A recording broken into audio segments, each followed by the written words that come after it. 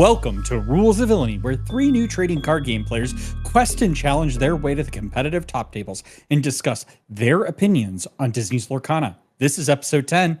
I'm Villain Vince, joined by my two co-hosts, Villainy Andy and the mayor of Lorcana, Brad. How's it going tonight, guys? How we doing? Great. I got a prediction for the episode. At some point, I think Villain Vince is going to sing "Poor Unfortunate Souls." Ooh, that is a interesting Little bit prediction. of foreshadowing, maybe. All right. Well, yeah, I threw him off there. Yeah, I know. You threw me off, for a loop. But we're going to head right in on, because we got a packed show today. So we're going to head on to Underworld News. So, as always, can never go a week without, Lorcana just dropping some news. We've got the Lorecast coming next Tuesday, September 10th at 1 p.m. Eastern Time. And it'll be found at twitch.tv/Disney Lorcana. Pretty excited. We're getting into set 6. Man, it feels crazy that we're already to the point where the Lorecast is coming out and it's going to be reveal season. So, for the folks that are issuing out cards, I hope you give us a good one for set 6. Actually, I just hope we get one. Like my expectations are actually pretty low right now, to be honest with you. But we also have some other news too. So you want to tell us a little bit about that, Brad? Yeah, I don't have a whole lot to say about it, but they did decide to drop some more lore today on the official Disney Lorcana website, and it kind of put the speculation to rest of who the next big bad is. It seems to be Jafar, based on the little block of text that they released. Little story with him and Basil. What did you guys think about it? Did you get a chance to read it?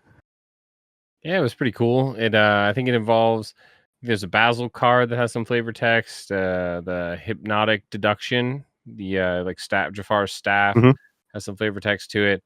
I thought there was one more, but it's sort of maybe another Basil card brings it all together. I'm a little disappointed it wasn't Hades. I think there was a card in set 4 that said something along the lines of, "Ooh, Ursula's falling off. Like maybe it's my turn to jump in, right?" But right, it looks like maybe Jafar might be the next one, like you said, and Hades will have to wait to get his turn. Or maybe they're working together. Perhaps. Yeah, we don't know. Could be. We have no idea. Yeah, I'm interested. I'll say, I think, if there's any indication, we obviously don't know the cadence of when they'll do the next big bad, but it's probably going to be still a few sets. So yeah, I'm interested to see the Jafar text. There's still some of the Hades. I think we'll probably get more of a sense with set 6. And it'll probably be early next year that we actually have a new big bad. Well, yeah. I did hear something that it might have just been a complete theory, but they're talking about, they think the set champs will alternate between sort of hero and villain. So we've had Stitch, then Ursula, now Mirabelle, and then the next one would be Jafar if he was the next big bad. And then you'd have another sort of hero character. And that would be interesting to see them bounce back and forth. Yeah. It's fun to speculate. Yeah. As villains, I think that we should have a little bit more insight as to who we're supporting, but what can we do? I mean, love our pay grade. What can I say? Yeah. Unfortunately. We got to learn those rules of villainy though. That's the real secret. So we're on to Constituents Corner. If you'd like your questions answered by the villains in the future, always submit your questions in the comments on our YouTube channel, or you can also submit your questions via Twitter at Rules of Villainy. And you can also email us the old school way, rulesofvillainy@gmail.com. Currently, though, we don't have, by owl yet. We're working on that, pigeon carrier, or snail mail. Those things are, we can't they're logistically hard. Smoke signals. Yeah, Brad is, I think, officially certified in smoke signaling. And so he often just sits at his window peering out, usually westward. So if you're on the East Coast, your message might not get to us in time. But yeah, smoke signal is also an option. Right. So, all right. What's the first question, Mr. Mayor? The first question comes from Liam at the Illumateers, who, by the way, did a great job broadcasting at the Toronto DLC this couple weeks ago. So great job there. His question was what is the biggest and most common mistake that players make when competing in their first Disney Lorcana challenge? I think we can all probably weigh in on that one. I'm going to hand it off to Andy first. What would you say, yours from experience or something that you witnessed being a big mistake from that? I would say the easiest answer to this, so I'll take it since I get to go first, is miss triggers. Everyone, myself included, misses triggers. I've watched players that we all know that make top cut in all of these DLCs. They miss Diablo triggers. They miss extra draw triggers on things like the rabbits and other cards. Sometimes you just play a little too fast. Sometimes it's the nerves of being at one of these larger events. But there's no harm in slowing down, and you gotta pay attention and make sure that you remember all of the triggers that happen in the game, including your opponents. That's another important part as well. Don't think that, oh, my opponent didn't draw for Diablo, that means I'm going to be able to win or something. You're not necessarily to remind them of the May triggers, but pay attention to the game. Those little details can make a lot of difference. Don't miss those triggers. How about you, Vince? Yeah, well, first off, I'll just echo what you said, Brad, about Liam doing an awesome job on the casting. Just want to add to that, saying that he's improved so much since Atlanta in the first one.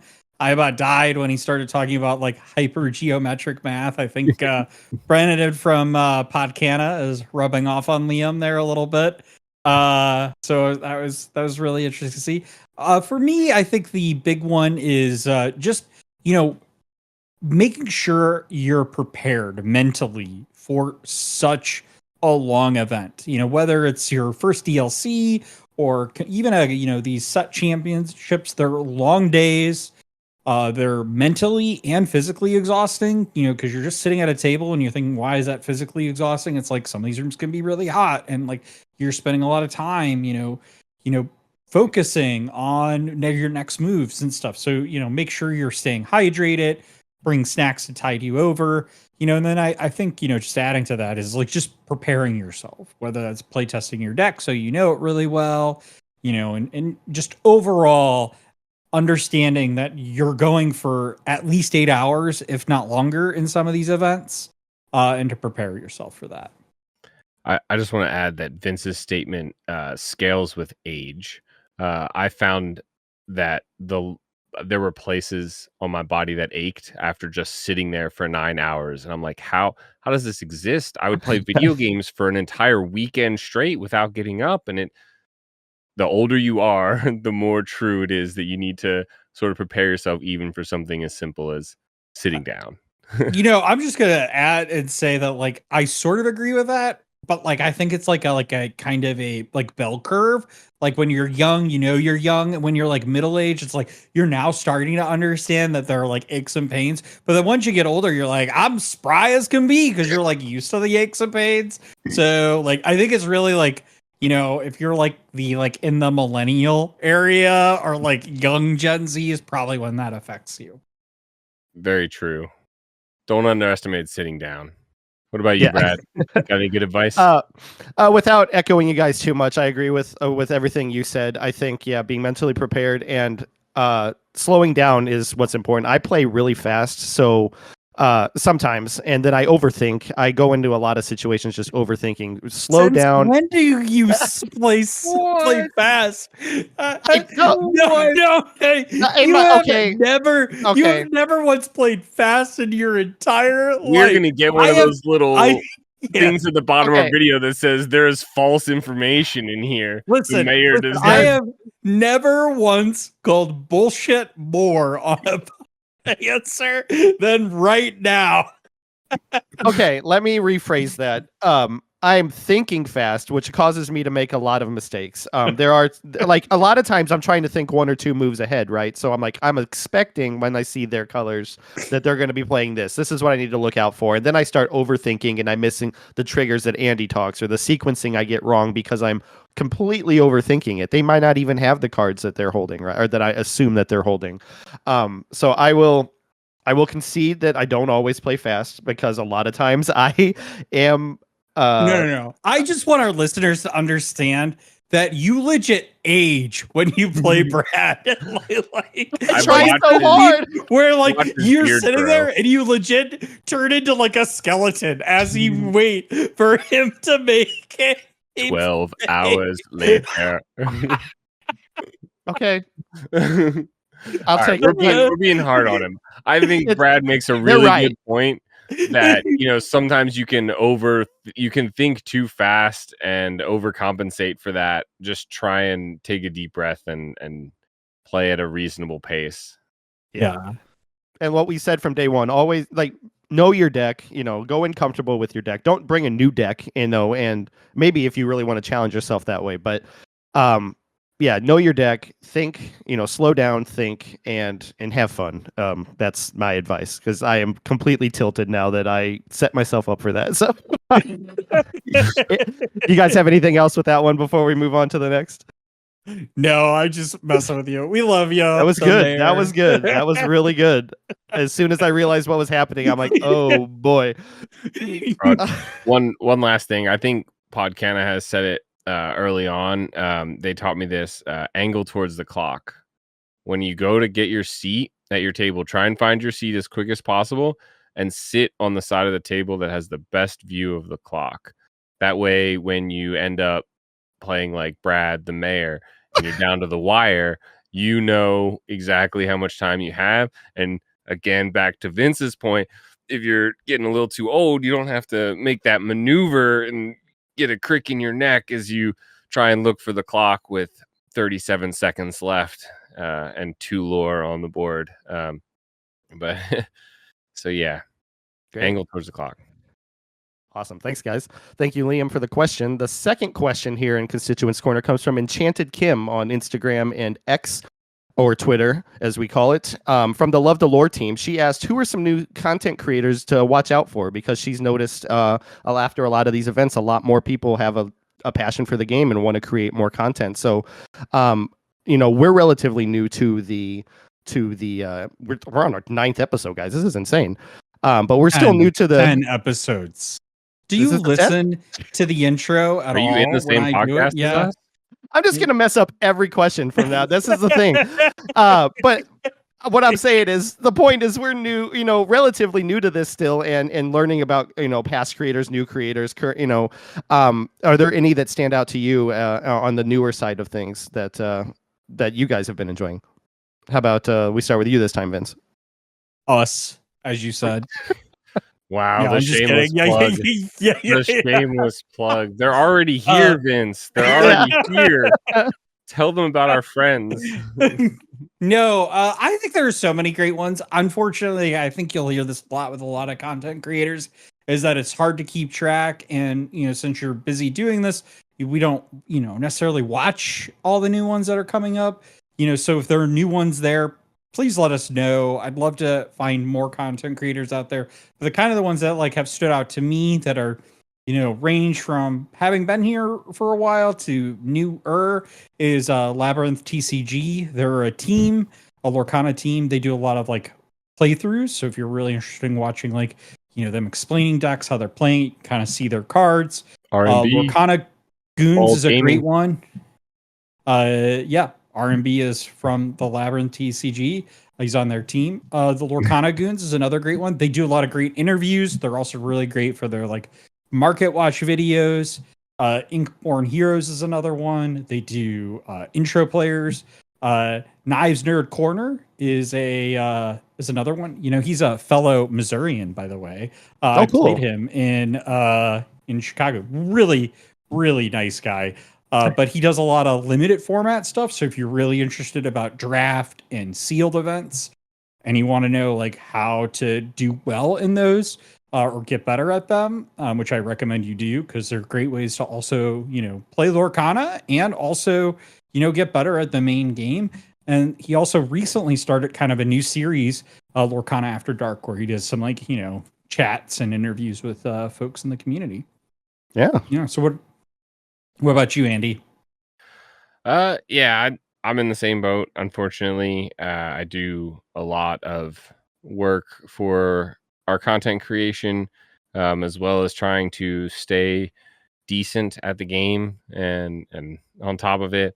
So I have very little time, but I do like I tend to like skim through a lot of stuff and just see if I get caught on something, and then I end up watching it for way longer than I should and need to get back to work. But uh, I have seen one recently, Lorcana Thanos. I will say I'm not the biggest Marvel fan, but it is a pretty Oh, cool, pretty really? cool name. Yeah, I'm not the I'm not, biggest fan. I'm not trying to open that door. I'm being silly. uh, but I did one of their videos was a recent one that I got caught on. They had like a breakdown of really interesting tech cards that you'd see in the meta. I think we've talked about it before, how meta to meta sometimes you just sort of tweak your deck that you are already used to playing and you just sort of see what new cards you can sort of fit in. And he did a really good they did a really good like breakdown of a lot of those sorts of cards that you'd find in the deck. And then the other one was Aladdin's Castle. Um, they had a really cool new series about sort of like tier 2 decks. These decks that I would call jank and Brad would love to play. They, honestly, as much as I call them jank, if you're trying to win your set championships, they may not be the best pick for you. If you're trying to win a DLC or something, they are a lot of fun. And so I think there's a really important aspect to the community to have those sorts of things focused. And I wish I had the time to do that. And I really liked the content that Aladdin's Castle was making on that. 100% certified jank stickers coming soon. Yeah. Yeah, and Rules of Villainy shop. as someone who does a lot of the behind the scenes production for this podcast, I really enjoyed their their setup in general. The logo and the intro song and stuff was pretty crisp. I liked it. So I know that isn't exactly the content of the video, but the content was great too, Yeah. as I already pointed out. But yeah, I would say Lorcana Thanos and Aladdin's Castle were two great new ones that I saw. And I want to also echo Vince's statement. Like, if there are other people out there that are making new content, reach out to us. We'd love to do, collabs with you. If our listeners, our viewers have any suggestions of new people, you guys are better at watching this stuff and giving us good ideas than I am, honestly. So, yeah. What about you, before we cut to Brad, though, I'll just say that, like, because Brad is probably going to say this, is that we want to thank everybody. Like, we want to shout out every single person out there. Yep. Because when you get to know Brad, and honestly, he's going to be in Seattle, so you should absolutely go find the mayor, and get that Triton's decree signed by the mayor. Available. I'll make sure he has like a whole we'll make pocket sure of available. we'll make sure that he has some, and you should get one.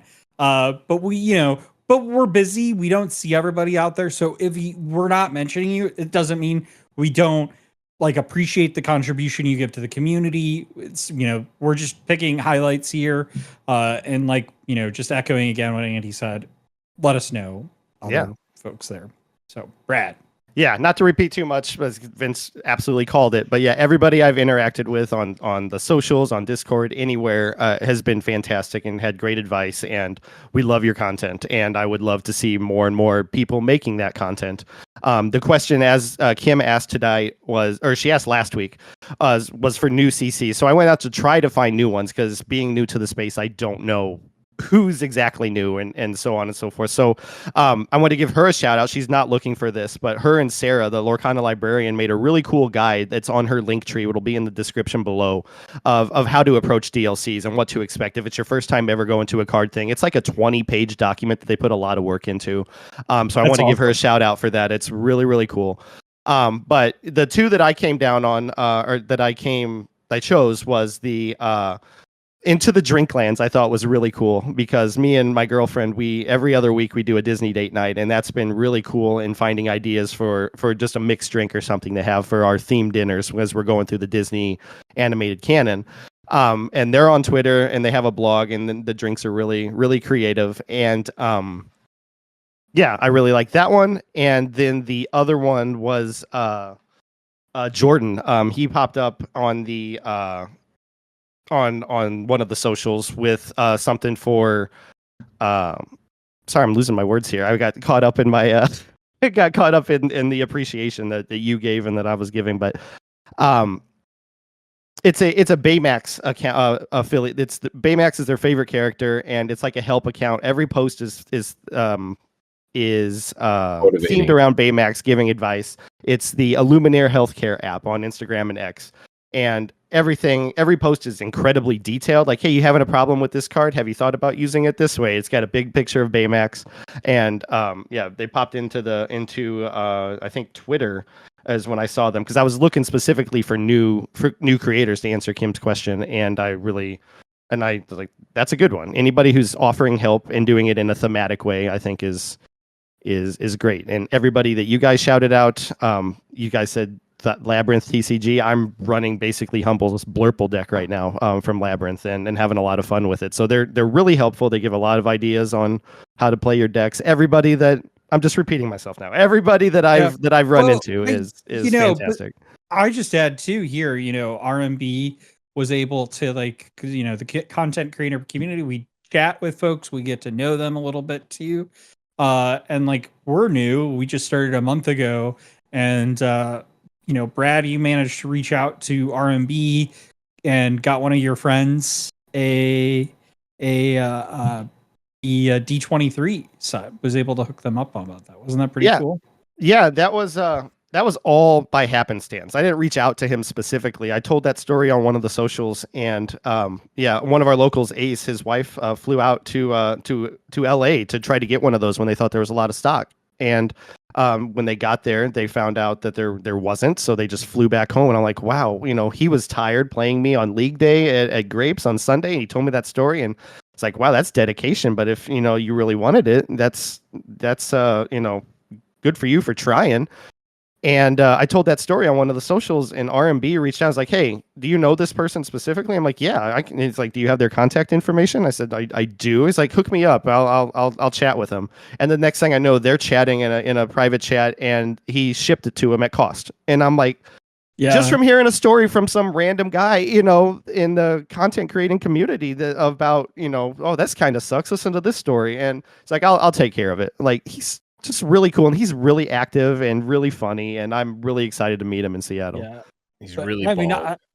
Yeah, he will be the first to tell you. Yeah, he did all that while being bald. What an accomplishment! If you again though, you go watch Labyrinth TCG, you'll get to see the bald cam live in action. That's true. He labels it the bald cam. Sometimes it honestly blinds you with the reflection. 100%. Listen, I can't say anything. If you're watching this, you've got eyes. You slowly will see my receding hairline over the episodes if we're successful. So I mean, I'm sympathetic, man. I get it. We're doing it whether we're successful or not. Just so you know, this is happening. This train's moving forward. Yeah. Unless I decide to go the 2-pay route, but neither here nor there. I want to see that actually. Listen, they've gotten really good lately. I'm just saying, okay. Anyway, next question there, Brad. I think last question is from Daniel and Lily at Lorcana Fanatics. I wanted to give them a shout out too, because they were the first person I remember following us on Twitter and engaging with us, and it's been a heck of a ride together. Him and his little daughter Lily post cute videos all the time. Her excitement pulling her first Enchanted. Great content. Lorcana Fanatics. His question was, how are you preparing for the next DLC, Vegas or Seattle? I don't think any of us are going to Vegas, right? Some of our team members are, and some of the other people in the local community. But how are you guys preparing for Seattle? Has that started yet? We'll start with Andy again. Yeah, like Brad said, we're not going to Vegas. We do have a few teammates, so we have been helping a few of them prep. I remember when the set first came out, I was like super chill, like, why are you playing so sweaty? Like, what is? They're like, we got Vegas to prep for, so we've had to jump right into it. And then Seattle is really just right around the corner from that. So for me and I'm lucky that my wife also plays the game at a very competitive level, if not better than me. Absolutely better than you. Yeah, they will tell you that she's considerably better than me. Way better, like next tier level better. Championship playmats will say otherwise, but anyway. As I was saying, preparing, I'm lucky to have someone at a very similar skill set to me that I can practice with on a regular basis. I'm a big fan of the focus practice. We've said it on here before. Play what I think they've actually called a gauntlet. Play a number of matches against someone where you play your deck and they play the whole array of decks you expect to see at the meta. And then swap roles so that you get this picture of both sides. I think that is a great way to prep for it. I think Podcana has also said it where you sort of stack your deck and script out what one side of your opponent essentially will have. Variance exists, but let's assume they have the best possible hand they have. Can you even beat it? What do you need to beat it? How many, you learn how to mulligan to be able to handle what is essentially your worst case scenario when you sit down and play against this opponent or this deck. I think both of those are incredibly good methods for practicing. I think another thing is the idea that a lot of games are needed. We talk about playing a deck that you're most comfortable with, but simply grinding games doesn't necessarily build that comfort. It's one way, but if you are busy, if you have a life like the rest of us and stuff, you don't have to go to locals every single night and play tons and tons and tons of games. If you focus on the games that you do play and try and learn as much as you can from them, towards what are your pain points, what are your success points, how can you sort of fix those and rebalance that in your favor. I think though that's one of the best advice I can give. Have better quality of games is better than a quantity of games. What about you, Vince? One I'll say is that's going to be a really awkward drive with your wife as you listen to this episode, because just so the listeners know, Kirsten, his wife, who was one of our guest hosts, they listen to this podcast on the car a lot. And so I'm anxious for that, awkward pause in the car ride. My car has advanced safety system. We'll be okay. I also am the editor of this podcast, so if there's a weird video cut in here, pay no attention to it. So thank you so much for being one of the first creators to follow our podcast. We really appreciate it. I'll say though, you come to the right place. That's what this entire podcast is about, is to help prepare folks for the competitive scene. We're new players to TCGs. And so that's what we're going to do. So rather than answering this question directly on, what I'll say is stay tuned for future content where we talk about things mulligans. I should say alters, where we talk about hand altering, how we talk about your ink strategy, how we talk about your playtest strategy, and some of the things that Andy just talked about. We're going to talk a little bit more, and it kind of foreshadows on what we're going to talk about here in a little bit. But what about you, Brad? I'm trying not to repeat Andy too much. I do think the focus practicing is key. Knowing your deck, you can only play it so many times, and you'll get a good feel for it. But I think an advanced knowledge of what's being played, paying attention to other tournaments and seeing what the top of the meta is, and having those focus games with those color combos, so you know what to expect when you are practicing and when you're actually in the live game and when it really matters. I don't have I think Andy covered most of it, most of what I would say already. So I'm in an effort to not repeat him too much. That's that's where I'm going to leave it. I don't want to take too much time to repeat. So So that will be it for Constituents Corner this week. if I don't want to steal your thunder, Vince, do you want to tell them where to submit questions? We did at the beginning. So just again, write those questions to us on Twitter. It is the official policy of Rules of Villainy to refer to Twitter as Twitter, and not any other name at all. That's a hill that I will absolutely die Website on. formerly known as Twitter. There we go. Like Prince.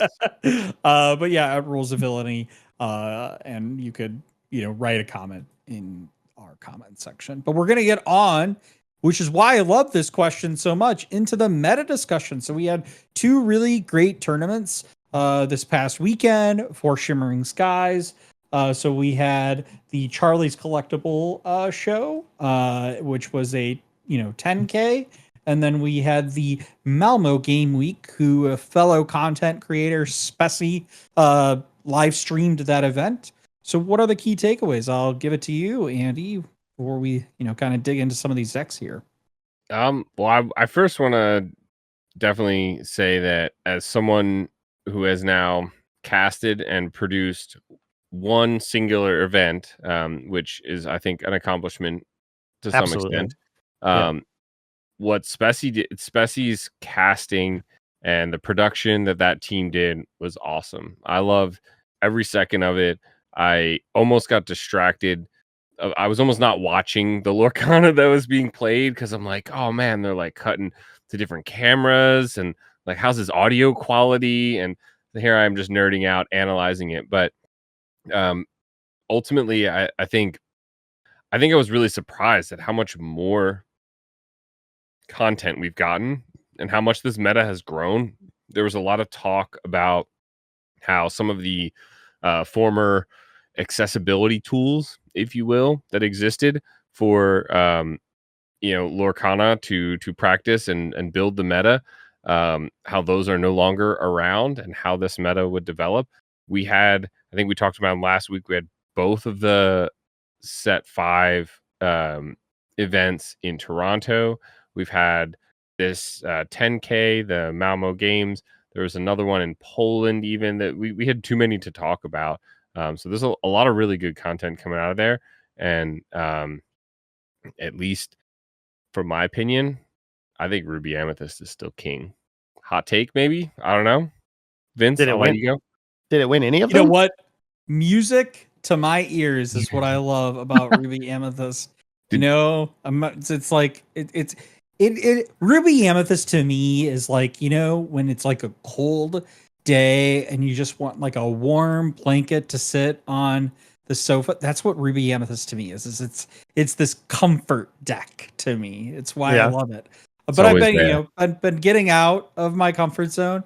One thing I want to just actually go back to what you said, Andy, about content creators, because the streaming, because I also want to talk a little bit about the DLC, which I didn't mention last week. It is incredibly difficult to stream and produce that. And I give credit to Robinsberger and the team up there. They've gotten better every single time. 100%. It is not easy to do it. So please, I mean, if you're watching these, please be nice to those creators. People want feedback. We want feedback when we do it and stuff, but make that feedback like constructive. It's like they're doing the best that they're trying to do. And, there are limitations, whether it's staffing to do it or, maybe how folks want to talk about the game. Some people are more interested in like color commentary. Some are more interested in play-by-play. Some are more interested in the artwork. And that's what makes the community great. So just because they're not talking maybe about what you want to hear and stuff, it's like, take the content for what it is, because like they're putting it all out there for you and having a good time doing it and stuff. And they're also like, they're not going to make here's the thing. It's like judges are fallible. So they're not going to see everything that happens on a table, even though they're watching it. Content creators are not going to see it. Like, I can't tell you how many times like I would watch with Andy on the one we did, and we'd have John in the comments being like, I think they had like a, another whole new world. And it's like, I didn't see that. Cause like you're looking at other things on the game. So, it's a lot. And so if you haven't done it, I would just say to be really kind to the folks that are out there. Here I feel like Brad is usually our teddy bear of the team out there, but I'm just trying to urge folks to it's like we want constructive feedback, but I saw some pretty awful comments in the DLC stream in particular, and that is not okay. Like, I'm just gonna be clear, like that behavior, not okay. I think Twitch chat is the first time I've seen the Disney Lorcana community make me be like, whoa, surprised smiley face. Like, I didn't realize we had those people, but I think that's honestly just sort of like the live streaming chat. And I think we can weed those out. But I do agree with you that there's a lot of people. I think a lot of people don't realize that like even the people who watch us, right, that are in our sort of bubble, we have these opinions. We say things like Emerald is the worst color out there. We say things like that deck is jank and unplayable. But we're three people, right? You are one person. The idea that there's a potential majority out there that isn't in the same boat that you're in. Whether it's I want my commentators to be more, competitive and insightful and give me like these deep analysis and talk about the hypergeometric math, or I want my commentators to tell me more about the Disney shows and movies that these are from, or I want to learn more about the game that I'm watching.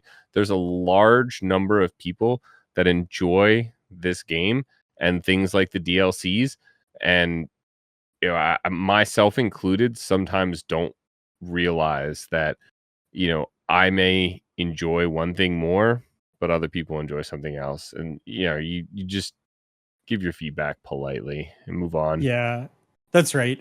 And I'll just remind folks at the beginning of every episode, we do say it's our opinions on Disney's Lorcana.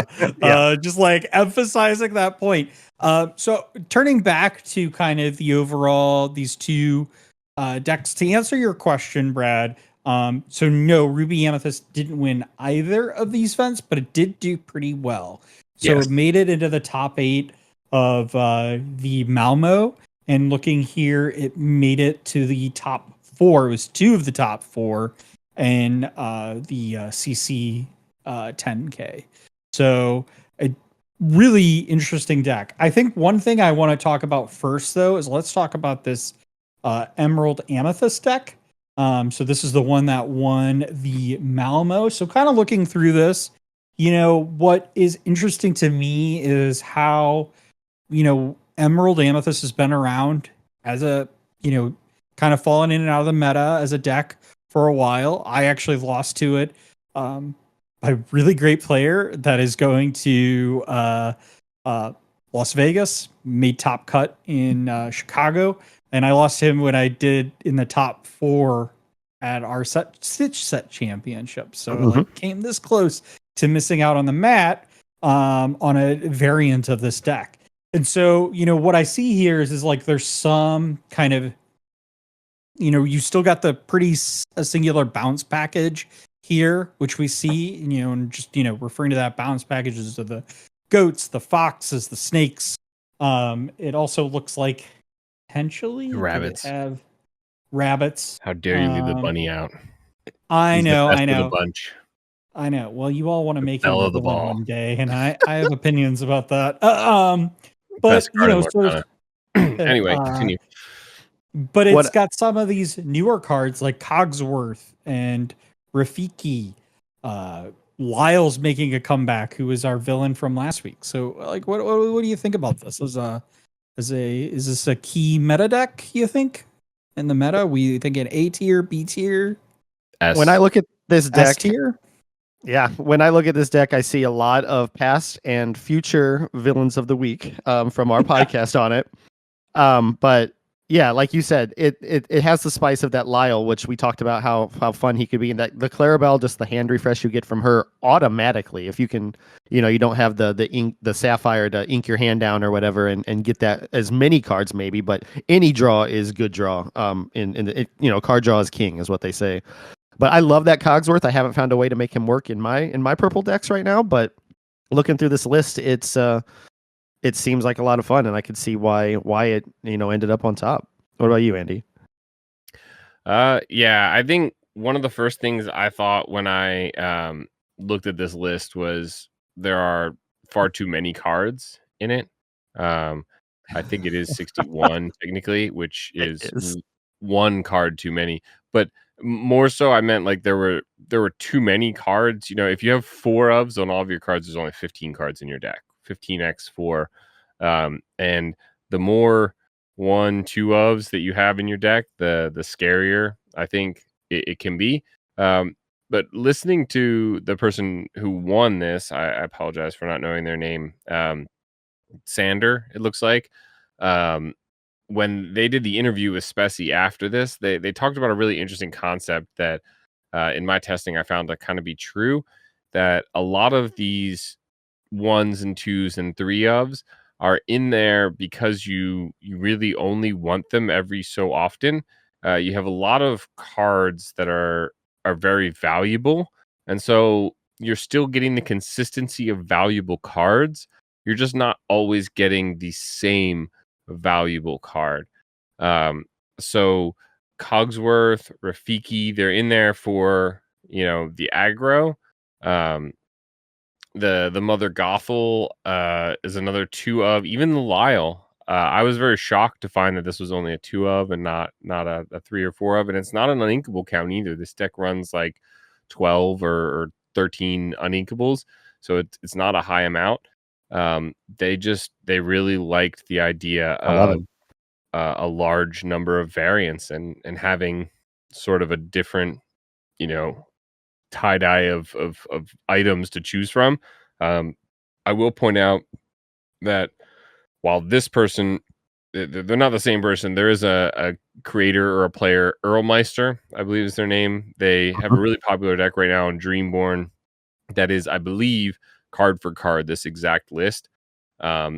Again, Sanders said in the interview that basically they had met at a certain point in the past where he had looked at Earlmeister's list, took it and started adapting it, and they changed it. And he said it was really interesting. Basically, like that morning, he had woken up and looked at his list and saw that Earl had also changed his list and that they matched again. And he's like, so everyone's going to think I just net decked this and played it. But the point of that is that Earlmeister, I believe, plays the Pixelborn Connect, the webcam thing. Mhm. I don't know how many players, how many games, but they have some very, very good statistics on it. They've played this deck and refined it for quite a long time. I think Amethyst is the color to play this set, every set, all the sets, throw the other colors out. And I think don't do that. Don't throw all the colors out. That's like not a great advice. So I want to ask you, Andy, though, you talk about, so this has 61 cards and you subscribe to that, the messaging that any card over 60 is wrong. 60 is the minimum and you should run exactly 60. So what card out of this deck list would you get rid of? Chromacon. Yeah, Done. that's the first one I went to as well. That's It's an actually the card I uninkable. removed. Yeah. So Yeah. again, the uninkable count isn't necessarily the problem, but for me, I feel like the Emerald Chromacon in my testing has been it when you play that card, you have to be ahead and you have to be able to win the race. In almost all of my testing, I found that my opponent essentially just stops attempting to control me and instead attempts to race me. And if I can't win that race, then I lose. And a lot of times you find that you want to build a big enough board to play that Emerald Chromacon and have it worth something. Or, I mean, it's a one of in this deck. So you find it later in the match and you play that. And that was a turn you could have spent, or that was 3 ink you could have spent playing something much more impactful towards getting you to 20. Yeah, I agree. I think it's the card like easily that I would say to take out of. So I agree with both of you on this. For one, it reduces your uninkable count. I agree with you that this deck doesn't run into that issue. Yeah. And I think actually that speaks to why it's so successful. Because in a variant that I was playing today that had a high uninkable count, you do run the risk of, I think, bricking yourself pretty easily to not be able to play out some threats, and you're kind of being strategic, like, do I ink, do I not ink? And those aren't always the great decisions to make when you're having a bunch of uninkables in your hand. And I also just thought it's like never a card I wanted to play. It was a card that's like I have in my deck, and it's I don't want to play it, you know. Yeah. And even if it's against me on the other side, it's not really a threat that I view, because you know all it's going to do, especially in decks that you know I've typically played, whether it be you know Ruby Amethyst, or now I'm testing out the Sapphire Ruby deck, which you know is interesting. It's fun. I don't know. I'm still uncertain whether or not it is as good as I wanted it to be. But you know, I'm not. That's not a threat to me. It's like, okay, you're gonna bounce characters back to my hand. Like I don't have enough ink to play them again, and a lot of those characters I would rather play again. You know, so you know, I was in games where it's like my opponent was like, well, I'm actually not going to bounce your characters back because it's a May ability on the card. Because like, you know, if you bounce Sisu, like even the little 3-drop Sisu back to my hand, it's like, well, now I just ice block something and I play it again and I get effect on it. And you're then gonna bounce that card? Please keep bouncing it back to my hand. I would love Medusa. Yeah, please give me Medusa back. I would love for Medusa back. You want to give me Maleficent Dragon back? Please. I would beg, like I would love for you to. So I just think it's one of those cards that like I just don't know what it's really trying to accomplish overall. And I think maybe it works in some matches, maybe in those like aggro, really like, and not just aggro, like hyper aggro decks. Because one thing I think I said last week that I want to like really actually be on record saying here is that, you know, not that aggro hasn't existed since the game began, is that we're getting into an area where hyper aggro is really kind of a new thing. We had aggro, but now having like really fast hyper aggro is kind of the new frontier of Lorcana that we're seeing here entering with Shimmering Skies. And so maybe there's some utility in that card in that matchup. But again, what do you think about not having any though? What is that card called? The Cursed Merfolk. Yeah, I think green and emerald in general has moved away from being an aggro contender. I think at least in green purple here, and in I think some of the green steel lists and stuff I've seen, we've said it before, aggro, I don't personally think aggro is the best option. Having a good early game usually sacrifices too much in the mid and late game for it to be worth it. And I think Emerald has better cards now in the 1 and 2 drop to get rid of something like a Cursed Merfolk and the Flint Rider. I also think that the better hyper aggro deck of, you know, Daisy and Maleficent and Lilo, you know, facilitates the need for things like Rafiki and Cogsworth to deal with them and not have you don't have the luxury of playing a Merfolk, because if you play a Merfolk on 1 and they play a Daisy and you're like, okay, we're matched up, and then you play you quest for 2 with your Merfolk and you bounce it with your Snake, and then they play 2 more Daisies and you're like, okay, well, next game, all right, you know, like you can't keep up with that. So I think Emerald has moved sort of away from that and has moved into this mid range. And I think we'll talk about it more, but I think Emerald Amethyst is very much in the same boat as something like a Ruby Amethyst, where they are trying to just consistently put out good value cards and gain lore and advance their win condition throughout it with card draw, positive trades. And I personally think that strategy is the best strategy to take in Disney Lorcana currently, rather than the try and win in the first 4 turns strategy with the hyper aggro takes, or the try and hold off your opponent as long as you can and win in 1 turn on turn 57 that the sort of control decks take. What about you, Brad? You've been awfully quiet. Tell us about Yeah, your tell us. Blurple deck that you've been cooking or something crazy. Well, we don't see Blurple in this list, do you? Hey, But Blurple won one of the 170 person side that's event. true, and we did talk about it last week. Yeah, like a 13-year-old kid or something like that. yeah. Also We wanna played a talk bunch about of that? Vinces in that tournament. What? Vince loses to children? I didn't say that. Wow. Anyway, even know where to continue. go from there. I deserve it. It's fine. I deserve it. Go on. No, I don't have anything more to say about. I think you guys covered the Emerald Amethyst quite well. It's something I'm interested in maybe eventually doing if I could pull a damn cow. I cannot for the life of me get the legendary Clarabelle in any of the hundreds of packs that I've opened. So we are really great on this episode. This is the first episode where I think we've cursed. I And only it's did it also because you did.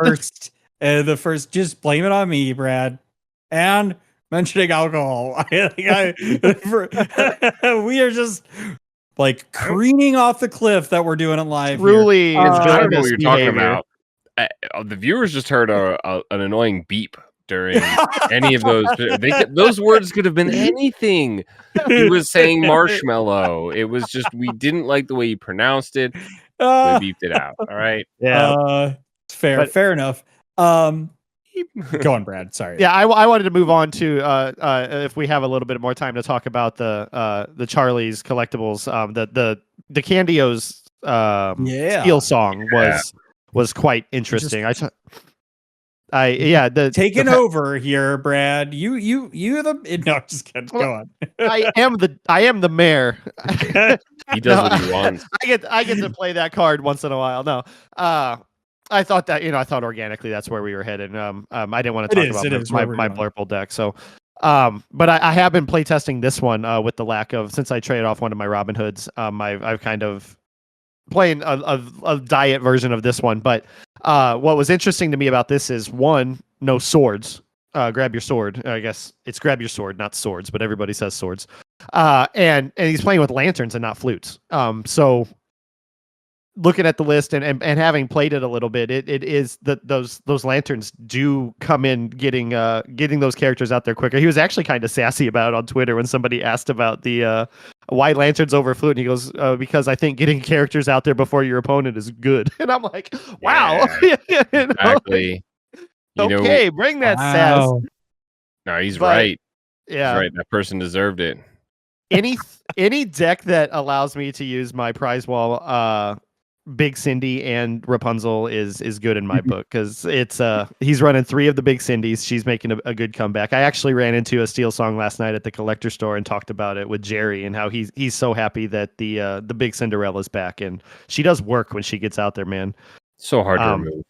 I'm just gonna say though, we're gonna have to move away from big. Yeah, because there's so many, and start to listening out which big card we're talking about. You had probably a migraine today as we talked about Big Ursula, which, by the way, Andy, was in that winning purple green deck. So I know it's not a terrible card, but that's not what you told me earlier, sir. I think if Vince can't keep up with our slang and our lingo, well, then I'm sorry. I will. Like, what do you want? Like, I will concede. I'm just saying. We're getting a lot of cards. We have a lot. We're trying to do a podcast here, folks. We can't be saying big this, big that when there are like 4 of the same card with the same name. It's sure. You got to push it. You got to push the slang. We got to make our own way. All right. Yeah, except for when we talked about this week's villain of the week in our show notes, just like peeling back the behind the scenes for our listeners here. And it's like, you all tell them the name of this card and you just say the name. You didn't say which variant it was. You were just like, this one. There are like 9 cards with that character's name. I just want to say. Be fair, To be fair, Andy did include shift, and there's only one shift. No, I'm not talking about the big no, one. he's right. Oh, It okay, got okay. very confusing. I'm just Yeah. I kind of, I mean, I figured Just that's where we keep up, were going, but right. I just want Just to keep up. make sure. Sure. Okay. Well, just to So, be clear, Andy's Cinderella telling our stout-hearted. listeners to keep up. I'm telling Vince to keep up. Our listeners are like, what are these old people droning on about? We all know who Big Cindy is, okay? Move on. All right. We need to be on the forefront of these slang names for cards. Yeah, so we got is that then, like, forever is this Cinderella Stouthearted going to be Big Cindy? What happens when there's another shiftable Cinderella? Okay. If there is a Cinderella that is physically larger than this Cinderella, maybe there's Cinderella giant princess, right? Like Tinkerbell giant fairy. Then maybe we could talk about adjusting some of these names, but for now it's Big Cindy. All right, you can't like complain about future Cinderellas and their size compared to this one. And I, for the record, will never stop calling Tamatoa Big Tammy, whether there's another one or not. Yeah. I'm fine with, because that's a nickname. I'm good there and stuff. Bigger Tammy. If there's another one, it's just Bigger Tammy. We could, yeah, fair enough. You're off the rail. Yeah, I know. But we did take a little bit of driving the car back onto the highway here. You really think that the lanterns, I think, are the right choice over the flutes, Andy? I immediately thought of Prince Naveen. Prince Naveen is essentially cheating you out. It's essentially 10 inks worth of value for 4, right? Because you pay 4 and you get a 6 cost song for free. Granted, they don't run any 6 cost songs. They don't even run more than the Whole New World 5 cost. Yeah. But the idea is you're getting this Naveen even earlier. It just sort of lowers your curve even more. The questionable part I find is that, like, when I'm playing a deck like this Steelsong, Cinderella on 1, or you either go the Cinderella or the Robin Hood line, whether you got the shift or you have the songs. Smee on 2 is just insanely good. If your opponent is too slow, Piglet is a great add-in that I really like. Not the biggest fan of Ursula Vanessa, but I understand it's addition in there. But Lantern is hard to fit in on your curve on 2. That's my only complaint. I would love to see how, when in the game, DeCandio aimed to try and play this card. One of the benefits of Flute is that you don't want it early in the game. You don't care about playing it on curve. You want to find it later and play it and use it as a finisher for the game. Lantern, though, if you've found a way to play it on curve and got something like a Prince Naveen out on 3, then now you have a 3/3/2 lore Singer 6 or whatever. What is it? Prince Naveen? Yeah, Singer 6. Yeah, on turn 3, so that's bigger than Ariel. And you sang the Whole New World that Ariel was going to find you on turn 3 and then sing on turn 4. You've gotten that whole thing a turn early. That be really huge. On top of that, on that line too, assuming you get that line where the Whole New World comes, and you already have Lantern on board, then a turn later on turn 4, you can shift Big Cindy, get her out and just protect her. Assuming that she's not been challenged yet or removed in some way, she comes out a turn later with the shift, and then it's just, what do you do about that? And a lot of decks can't deal with. I don't know if any deck can deal with that early, unless I guess blue red, Sapphire Ruby would have to be up there really quickly with their ramp to deal with it, because she's just so. I'm sorry, Cinderella Stouthearted is so hard to deal with. Old Cindy. Thank you. I will say one thing that stands out to me the most. I agree on the Piglet for sure. I think that card comes in clutch in this deck for sure. Is the Pete Games referee? I think this is probably what in some ways is helping this deck out in that it prevents your opponent from playing those like, key core actions to be able to remove, some of your cards. Cause like it allows you to potentially keep things like Cinderella on the board long enough for you to shift into. And then when you shift, you have the easily ability with that Cinderella Stouthearted to like sing a character and then exert one of their cards. There's some synergy there.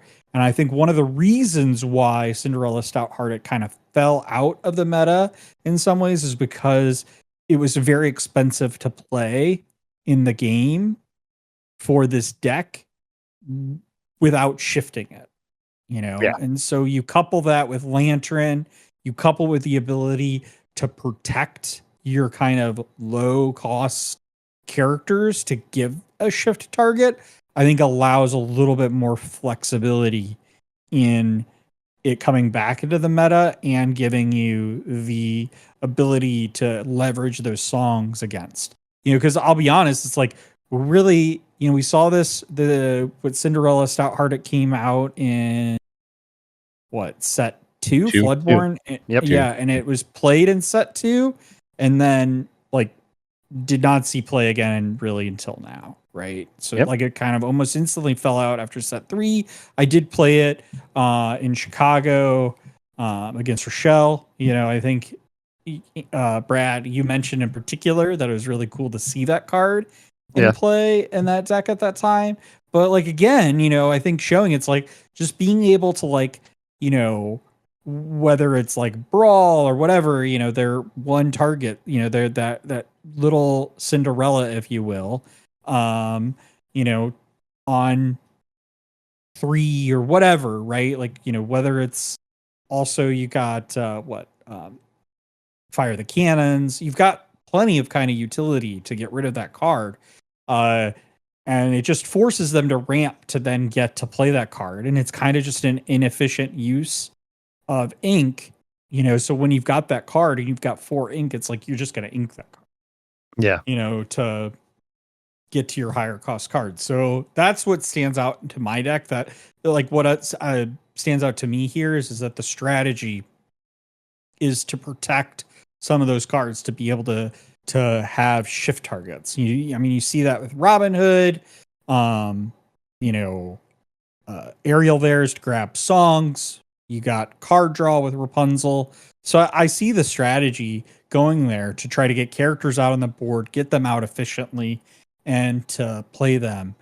And this deck is really meant, I think, to control, the board early on versus, say, the flute package, which is really to try to like win, with those flutes by, creeping up on lore and using your characters to kind of like slow, like, maybe not necessarily control the board, but at least, not lose the board outright. That's my takeaway from kind of looking at this deck. I think the one more thing to add that I just noticed as well, maybe why the flutes aren't in there, is the inclusion of these extra, the Smees and the Piglets. It's an aggressive deck, and I just counted up the songs.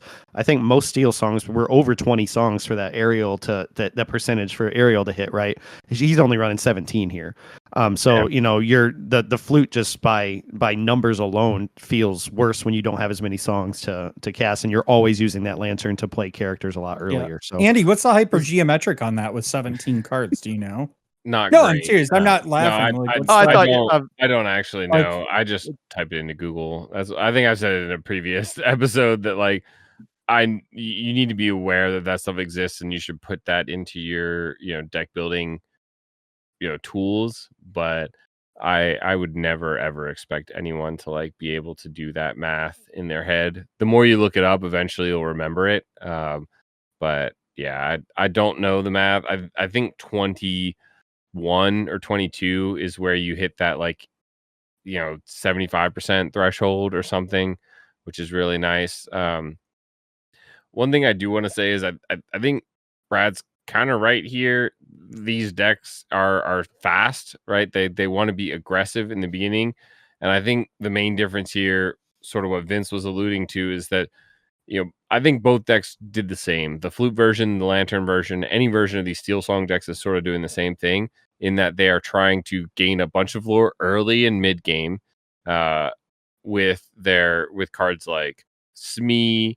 I mean, Piglet is a great inclusion in there, but even just regular questing with things like Robin Hoods and Cinderellas, if they're not needed, they get up that critical mass of lore, and then they can control the board to keep you from winning and use that flute to get across the line. Kind of like a Ruby Amethyst, quests slowly up when they get to a certain point, whether they, if they were using Flynn and Sisu in previous methods, or whether they're using something like a Minnie Mouse Surfer and even previous metas, then they go bounce to the win.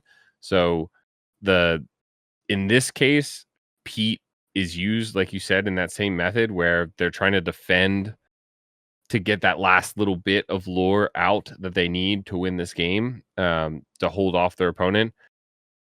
Personally, I think Pete might not be the greatest card. I'm not really convinced on him yet. I think he's great in Amethyst Steel because of the bounce package, being able to replay him over and over and over again. But just similar to like the big shift Ursula, the big shift Ursula says you can't sing songs with characters. This one says you can't play actions. It really doesn't shut down as much as you really think. It's one turn. It's almost similar to like a bounce versus a banish, right? You're just delaying what's going to happen to you. And so if you don't have something very impactful set up during that one extra turn you get, that small delay you get on this game, then it feels very, weak, right? You stop their actions, but if they didn't if they weren't going to play B prep, or if they're able to just play B prep the turn after, then like, what did that get you? Like one more lore? I think Pete is similar to like an Aladdin, that he's just a good card, but he's not the key piece. I see what you're saying there. I think what I would say, though, like, here's like kind of an ideal play line with the Pete, right? You play Pete to protect, say you're gonna shift on to Cinderella next turn, right? You could shift Cinderella, play something like, your bare necessities, and hopefully snipe out maybe that key card. So you get that extra turn to be able to shift and then sing, and then like now you've got Cindy, you've sung a song. You can now exert a character that's on their board and swing into it, because you can attack. Well, not really exert. You attack it when they're ready. Attack a ready. You can attack a ready character. So I think I agree with you that it is only one turn, but I think those one turns, if they're played in kind of a strategic way, can be pretty impactful into the game. Well, that's what I'm saying. It needs to be, though, or else that card becomes much less valuable, right? But right. I agree. It does become less valuable if you're having to put it down when you get no impact. But there are a lot of cards in the game that you play that certainly in this Lorcana that you're like, well, I don't want to play that. Like, it really sucks when you have to play, say, like a Medusa, and there's no target for a Medusa, right? So I think there are plenty of cards in Lorcana that are not always 100% impactful, but when they are impactful. Now, I think the question really here, which I agree with you a little bit, is like, is Pete effective enough to be inclusive? And I'm not sure it is, to be honest with you. I kind of agree, but I think in this deck, I bet it was effective. Certainly. And I think, I honestly am surprised he only has 2 bare necessities, because you point that out. I think Pete is especially good with bare necessities, or the other Ursula in green, when you can, or even, what is the other one, the look at your opponent's hand one, when you get hand knowledge of your opponent, having that prior to the Pete makes it incredibly more valuable, because then whether it's worth it sort of to play. And Pete kind of lives in that like for 3 cost 3/3, like he's a good card, and I'm sure there's actions that you want to deny around turn 3 when you'd play it. But at the same time, you like need to consider like I kind of want to play Pete on turn 6 or 7, depending on play draw, like to stop, be prepared, right? Like that's gonna be a big one for me. Kind of like again, like the 2-drop Ursula or Bare Necessities. When do you play that? And I don't know. I think Pete is sort of in that similar spot as Aladdin. Yeah. The Yeah. one that you'd play that you could quest and throw away an item. It's a 3-cost 3/3, great stat line. 1 lore is fine, and it does something that is somewhat meta relevant. Yeah, it's interesting looking at his final matchup. The second place was running Ruby Sapphire, and the only actions that Pete would be blocking is 3 1-jumps, 4 Be Prepared, and 4 Visions of the Future, which in that deck is kind of, I mean, of course, the board wipe with Be Prepared is really important. By the time you're playing Pete, you're not, yeah, but the Visions of the Future helps you cycle through the deck and get the cards that you need. And generally, Steelsong is a good matchup for Red Blue, right? I think most of the time that it eats Steelsong, but I don't know. I looked at it toward your point of how effective Pete would be, just based on this one matchup that we know he had, and I don't know, other than block and Be Prepared and Visions, I don't know how effective Pete was in that game, but it was just it's probably not going to be effective in every matchup. I would also just keep in mind too, because of Lantern, you're not necessarily always going to pay the full cost of Pete too. Certainly. So its value is a little bit better. So, I think this goes back to the original discussion, like about the like flutes versus Lantern. Would you play Pete in a flute version of this deck? Probably I don't know if you would. Need more right? songs. I think you probably want more songs, right? Exactly. So, there's an angle this deck is going for, and I think for that reason alone, Pete is an interesting card, and I think people are finding it interesting. We're seeing Pete pop up not just here, but we're seeing it pop up in, Steel Amethyst. We haven't really seen any. I haven't not seen a lot of Emerald Steel. I think, after the Bucky kind of errata, people have. Ed played it. The Dallas Oh, winner, did he? Ed, played it and Yeah. got second. He lost to the 13-year-old. He pulled a Vince, and his Steelsong Oh, lost yeah. to the Blurple that the 13-year-old was playing in that 180-person side event or whatever. So playing Brad's deck. Yeah. But He lost to a jank mayor deck. I just Take think it. that I'll take Only 2 goats. I don't run. I run 4 goats. Anyway, sorry, Vince. No, but I just think like we're seeing this card being tested, and I think it's worth testing. Whether or not it ends up being like a staple of the meta, I agree. I'm not convinced. But anyway, do we have anything else we want to talk about with these 2 tournaments before we move on to the villain of the week? No, I don't think so. I think it's time to bring Gantu out for this week's Yeah. villain. Let's go, Gantu. Let's go, Gantu. My favorite card. Unfortunately, this week's villain of the week, we're going to have to apologize to Gantu because it is Ursula Deceiver. And now you can understand my confusion when my co-hosts were like, let's do Ursula as our villain of the week. And it's like, which Ursula? It is a The good one, obviously. Storyborn villain sorcerer, emerald, uncommon, 2-cost inkable, 1 strength, 3 willpower, quests for 1 lore. And the ability is you'll never miss it. When you play this character, chosen opponent reveals their hand and discards a song of your choice. The art is by Lizanne. I'm so sorry, but I'm just going to say K because I'm not even going to try to I will absolutely mess that last name up, but I do like the artwork. So yeah, why did we pick this as our villain of the week?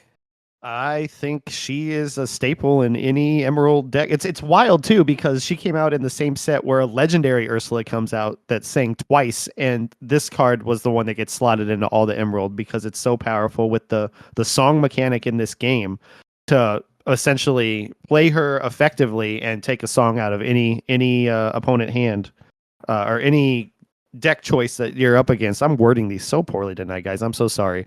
But you'll have an idea when you realize what your deck you're playing against to like, okay, I can target these songs at this time. And so if you play her effectively, you're taking that option away from them and essentially screwing up, all their plans with what they're doing with it. Yeah. I love you, Brad, but I just want to be clear. This is why we did not allow you to read the entire lore out. It's different. It's different. I just want to be clear. This is why Brad fumbles his words is the free space in Rules of Villainy bingo. I will audition for the next one to show you I can read narratively. You haven't played Dungeons and Dragons with me. Like, I could do that. Speaking of Dungeons and Dragons, real quick, have you bought the new rules? Not yet. Yeah, but I just saw the book out at Fortuna tonight. But anyway, Villain Andy. of the week. Andy's over here like, Okay. what are you guys? Why are you guys talking first about off, D&D? Ursula, when we talk about Villain of the Week, a good card that we want to discuss in our podcast, and we say Ursula, if you can't guess which one we're talking about, maybe it should be 2 Lorcana players, Quest and Lore, to become competitive. You need to understand. You got to stick with us, all right? We're moving along. Keep up, okay? I just want the listeners to understand that Andy is actually this mean to us on a daily, regular basis. Oh, it's true. Yeah. Yeah. We got into a discussion today on my way to my lunch, and I'm like, I don't have time for you, Andy. I'm just going to. I literally said K and moved on. Constantly calling our decks jank. Making like, why did you build this deck this way? I let him borrow my deck today at La Fortuna, and he was like, awful. Why'd you make this decision? Look, why aren't there 4 of these? Why is this in here? Look, I was taking out my anger on Vince and his deck. I'll be honest, the problem was I was playing Ruby Sapphire against Ruby Amethyst, and I just didn't stand a chance. Obviously, I think Vince's deck could have used some different cards and could have been optimized a little better. But in reality, would that have made me win the game? No, not a chance. So like it was copium. I was just coping. No, we all kid. But I mean, we do this podcast together because we're all friends. So hopefully you are enjoying our banter amongst each other and haven't abandoned this podcast like these guys hate each other. Villain of the week, Ursula. Talk about Deceiver, of the week. Yeah, Deceiver. So I agree on this, that I think, this card is definitely a staple of the Emerald decks. I think it's the best Emerald card that exists. That's a debate. I think it's the number 1 Emerald card there is. I was gonna say that I was talking to one of our viewers, John. We mentioned him before. Great listener. Shout out to John for following the live stream and being our top commenter there. And he, like what they say, long time listener, first time caller. No. Yeah. he basically was explaining that he said Ursula violates your privacy and rips a card from your hand. So it's not just a discard. It's not just this sudden chill, but you also gain that hand knowledge, which can be incredibly critical for at any point in game, on turn 2, on turn 6, on turn 26. I personally think it's one of, if not the best card that Emerald has.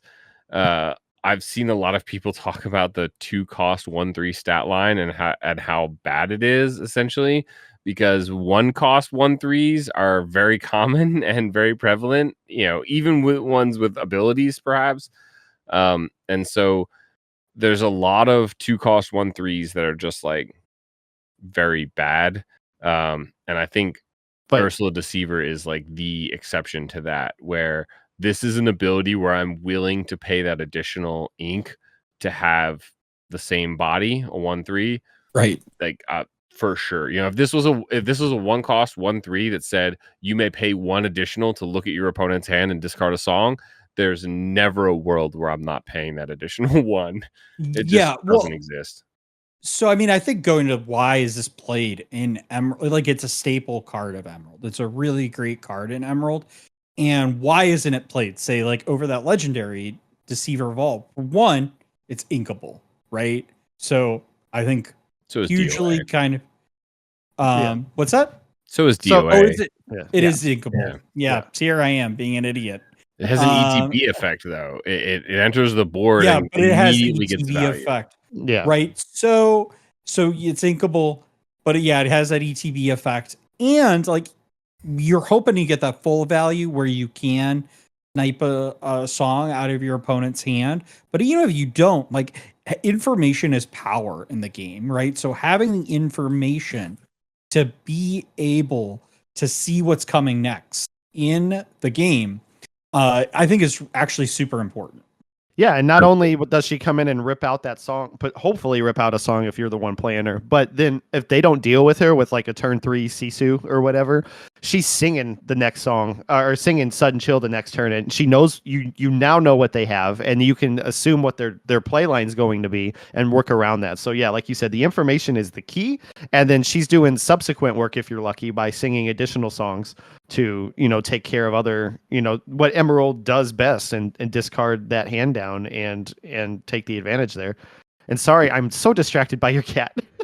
Yeah, I know I am too. Shame. And well, he had surgery. So for listeners who've like, why did this like all of a sudden really quickly go off the rails? It's because my cat hopped up on the table, and he's especially he had surgery last week, so he's wearing this plastic cone. And he's being kind of a menace, but I love him. Just give him the pillow. It's like the inflatable neck pillow. Have you tried those? Yeah, I did. So I have it, but unfortunately the one I got is too big for him. So I ordered some smaller ones off of Amazon. But he's being our interim mascot for the moment. Unfortunately. Well, fortunately, I love cats. I'm a big cat fan. So but yeah, I think we've said a lot about why this card is so impactful and stuff. Like, I mean, I think, we talk about this with staple cards and pretty much any ink is if you're playing Emerald, you're almost always playing this card. Like, I'm trying to think a scenario in which you wouldn't want to play this card. And like, I'm kind of coming up blank. Is there a situation you wouldn't want to play this card? I will challenge our listeners. Leave a comment on the YouTube or on Spotify if you can come up with a even remotely viable Emerald deck that would not run this. I'll make sure you get a sticker, Rules of Villainy sticker. And once we get them printed, which we are in the works. Don't tell them that. Don't tell them we don't have them yet. There's like, oh my goodness. Listen, we're only 10 episodes in. I mean, we talk about things that we don't exist yet anyway. So subscribe to our Patreon down below.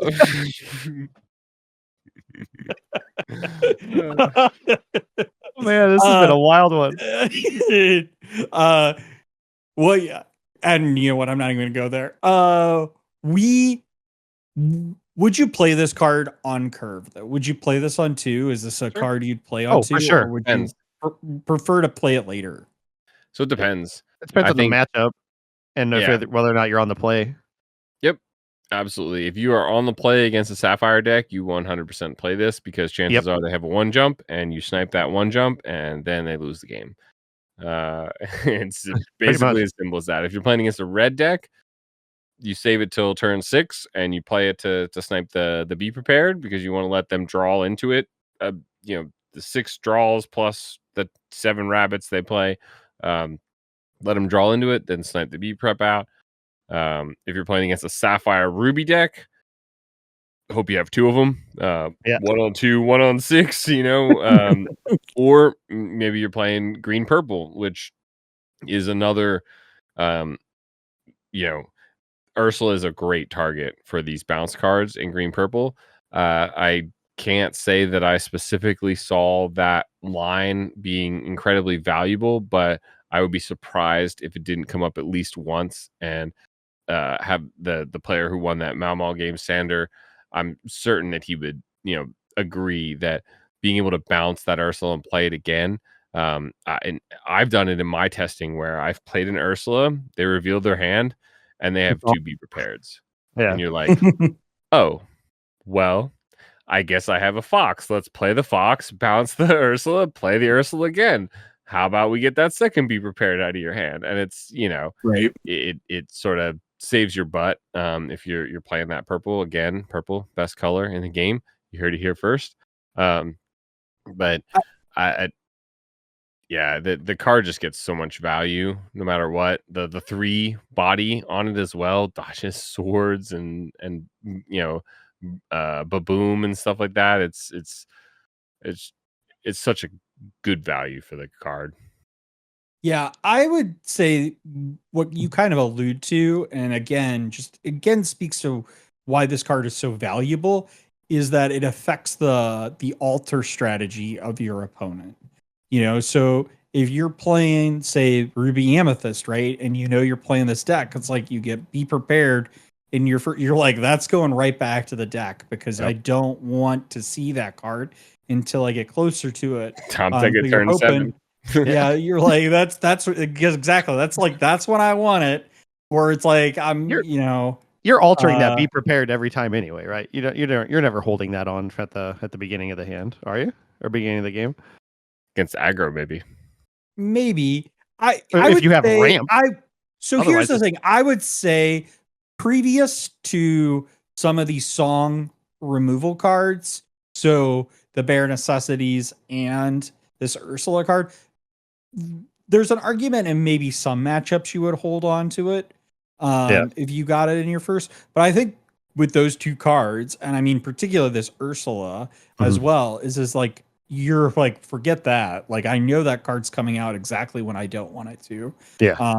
And so I mean, case in point, I was playing against Heather tonight, and I was playing, Ruby Sapphire. She plays that Ursula like on turn 6, and sure enough, there's a be prepared in my hand. Now, fortunately for her, like I was nowhere close to playing it even at that point because I had like all uninkables in my hand, so I only had 4 ink. It was kind of a bad hand and stuff, which is why I'm not sold on Ruby Sapphire, to be honest with you. But it is also possibly my build of Ruby Sapphire. Yeah, for sure. Amethyst or bust. I know. So, but any other last thoughts about this? I think it's a great card. Yeah. Tell me why I shouldn't play it in Emerald. Best card in Emerald. Tell me why I'm wrong. That's the challenge, right? The meme, the guy sitting at the table. Yeah. Oh yeah. But I think that's the thing though. So listeners, let us know your opinion. Is Ursula Deceiver the villain of the week, or is there another card you think is the true villain this week? And as always, if you've enjoyed this episode, please rate and review us on Apple Podcasts, Spotify, or wherever you listen. We're also on YouTube, so please be sure to like and subscribe and hit the bell icon to be notified of our next episode. Until next week, stay safe, fellow villains. Be wary of wannabe heroes who want to disrupt your villainous plans. And as always, remember the rules of villainy.